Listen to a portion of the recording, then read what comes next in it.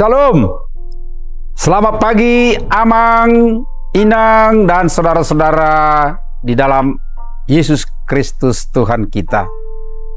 Pada akhir pekan ini, Sabtu 28 September 2024, sebelum kita mendengar firman Tuhan, marilah kita bernyanyi dari Kidung Jemaat nomor 381, bait yang pertama dan ke-9, Yang Maha Kasih.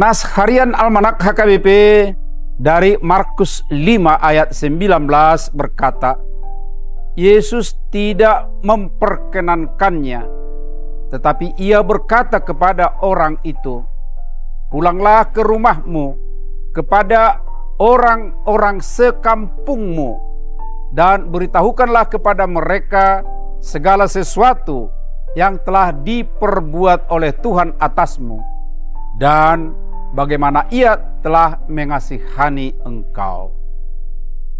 Beritahukanlah yang telah diperbuat Tuhan bagimu.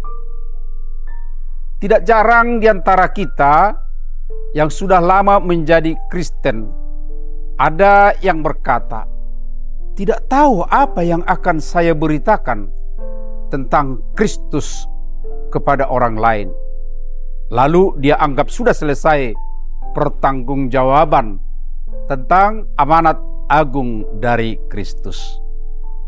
Atau ada sebagian berkata, kami tidak pernah diajarkan bagaimana dan apa yang akan kami beritakan tentang Kristus. Saudara, ini adalah dalih besar, resep mematikan yang datangnya dari iblis. Sebab hal ini adalah dalih sahih, melempar tanggung jawab kepada pihak lain, seperti yang terjadi di Taman Eden. Mereka berkata, bukan aku, tetapi dia. Lalu si dia ini berkata, bukan aku, tetapi ular itu. Berdalih dan mengkambing hitamkan pihak lain adalah ciri khas pengaruh iblis agar tidak memberitakan Kristus atau menentang perintah agung dari Allah.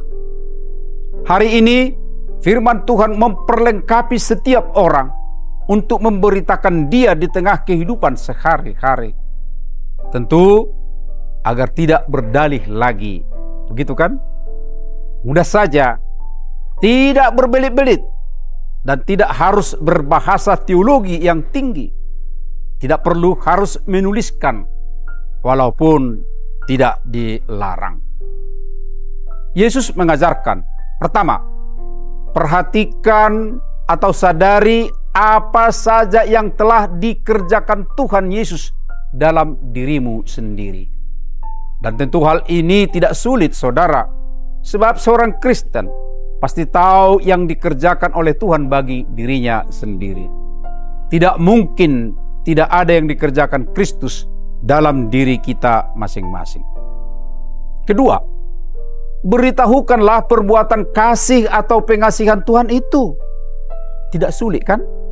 Untuk merumuskan teologi dan bahasa tinggi serta kalimat-kalimat panjang tidak perlu.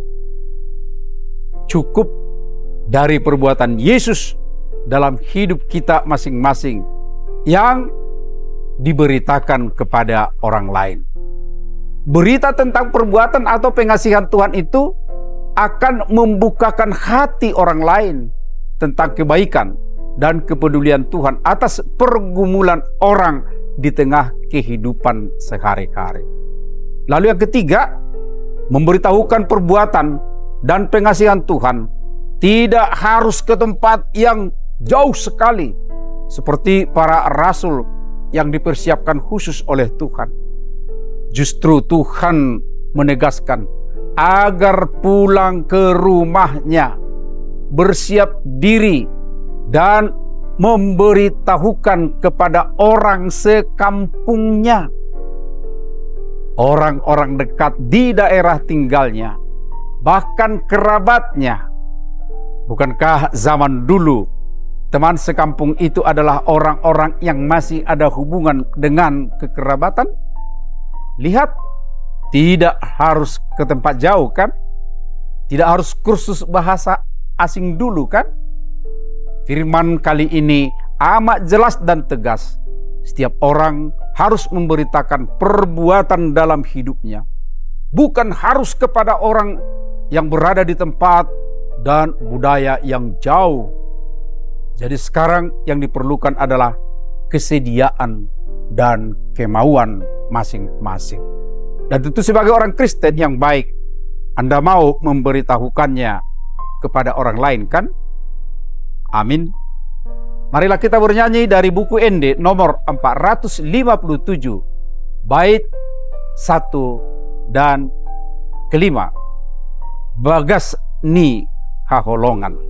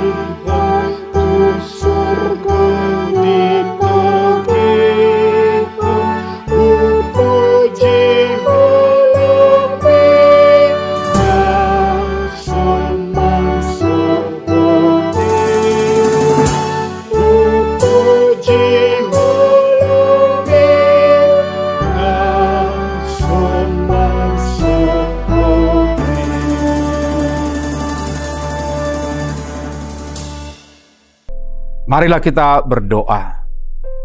Teguhkan hati kami ya Tuhan, untuk bersedia memberitahukan perbuatan baik atau pengasihan-Mu atas kehidupan kami sendiri kepada orang-orang dekat dengan kami sendiri. Kami berserah kepadamu sepanjang hari ini dalam semua aktivitas kami. Terpuji Engkau, ya Tuhan kami. Amin.